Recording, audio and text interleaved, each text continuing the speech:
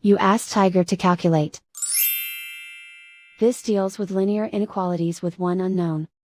The final result is x equal or smaller than -11. Let's solve it step by step. Isolate the x. Divide both sides by -6.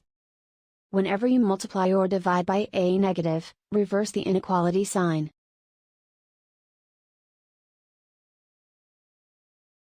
Cancel out the negatives.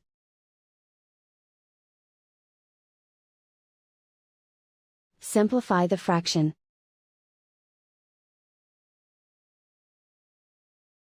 Move the negative sign from the denominator to the numerator.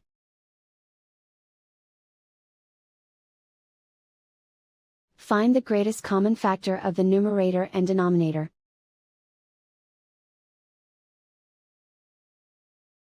Factor out and cancel the greatest common factor.